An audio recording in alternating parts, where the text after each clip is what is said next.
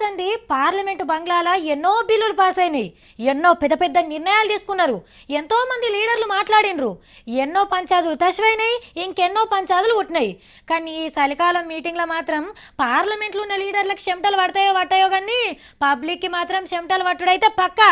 ఎందుకంటారా, మన దేశంలో నోట్లలో నడుస్తుంది కదా, కాబట్టి ఏ లీడర్ ఏం మాట్లాడతాడో, మళ్ళా సర్కారు ఇంకేమైనా నోట్లు మార్చుకునేందుకు డేట్ పెంచుతుందా, పైకం ఎక్కువ మార్చుకునేందుకు ఛాన్స్ ఇస్తుందా, అసలు అన్నిటికంటే మోడీ సార్ ఏం మాట్లాడతాడు, అన్నిట్ల రేట్ని తగ్గిస్తారా? ఇగో ఇవన్నీ మాట్లాడుకునేందుకు మీటింగ్ ఇయ్యాల సండే సురువైంది. పార్లమెంటు చలికాలం మీటింగ్లు సురువైనాయి. లోక్సభను స్పీకర్ సుమిత్రా మేడం, రాజ్యసభను చైర్మన్ హమీద్ అన్సారీ సార్లు షురువు చేసిండ్రు. లోక్సభలో ఇంతకుముందు జీవిడ్చిన సభ్యులకు థాయిలాండ్ రాజ్కు సంతాపం చెప్పి రేపటికి వాయిదా వేసింది సుమిత్రా మేడం.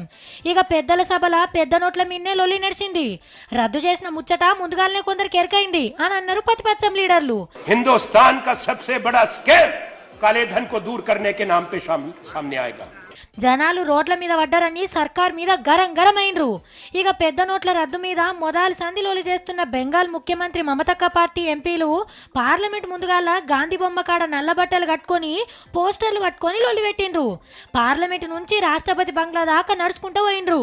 అన్ని ముచ్చట్ల మీద మాట్లాడుకుందాం, మీరు లొల్లి చేయకుండ్రని మోడీ సార్ చెప్పిండు. ఫస్ట్ రోజు కాబట్టి ఇలా జరంత మామూలుగానే నడిచింది. प्रसव वेदना हम कल्पना भी नहीं कर सकते, हम लोग पुरुष हैं. ఇక సర్కార్కి ప్రతిపక్షాలకు తగ్గపోరే నడిచినట్టుంది పోన్రి.